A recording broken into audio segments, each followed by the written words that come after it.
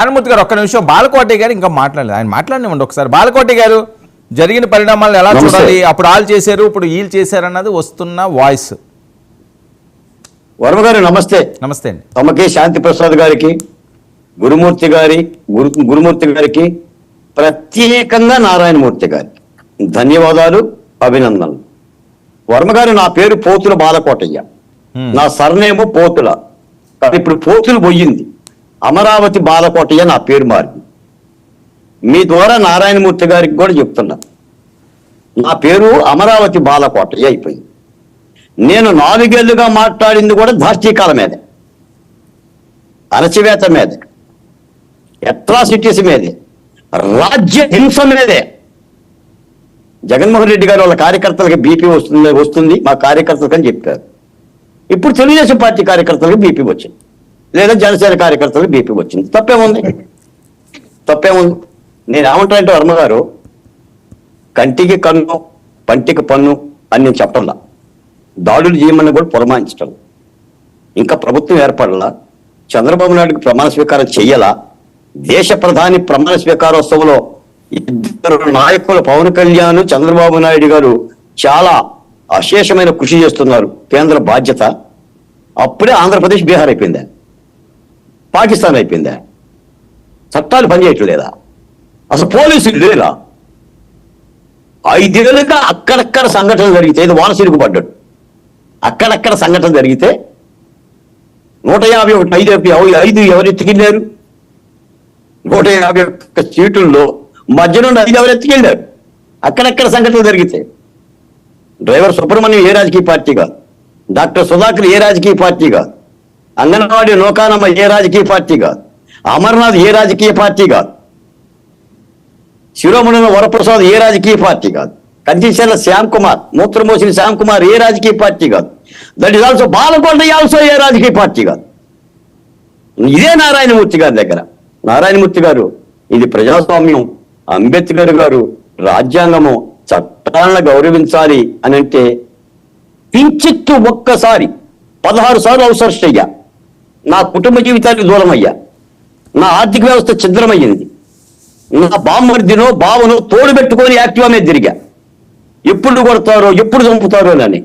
నాకే నా లాయర్లు కూడా లేరు, మీ డిబేట్లోనే వచ్చా. నారాయణమూర్తి గారు ఖండించారా ఇది తప్పు అని? నేను అడుగుతున్నా, నారాయణమూర్తి గారు, మీ ఇంటికి మా ఇల్లు ఎంత దూరమో మా ఇంటికి మీ ఇల్లు అంత దూరం. తెలియకపోతే స్కేల్ తీసుకొని కొలత వేసుకోండి. మీరు ఇదే డిబేట్లో, ఇదే TV9, ఇదే 99 డిబేట్లో ఎన్నోసార్లు మీరు వచ్చారు. మహిళల్ని ఏమన్నారు మీరు చెప్పండి? రాజకీయ పార్టీ తెలుగుదేశం వాళ్ళని, జనసేన వాళ్ళని ఏమన్నారు మీరు చెప్పండి? పోనీ పవన్ కళ్యాణ్ గారిని ఏమన్నారు చెప్పండి?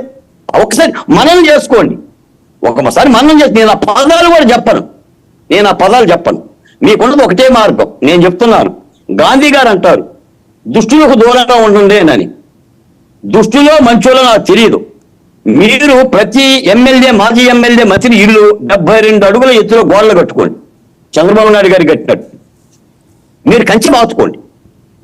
మీకు ఏదైనా వీలు లేకపోతే ఆంధ్రప్రదేశ్ వదిలేసి మీరు హైదరాబాద్ పోండి. ఎందుకని వెళ్ళారు పాపం వాళ్ళు. అమర్ రాజా బ్యాటరీ ఒక ఎంపీ వెళ్ళాడండి, ఒక పార్లమెంట్ ఎంపీ, మీ ఎంపీ అధికారులతో కొడితే చచ్చిబతికానని కన్నీళ్ళు పెట్టాడు సార్.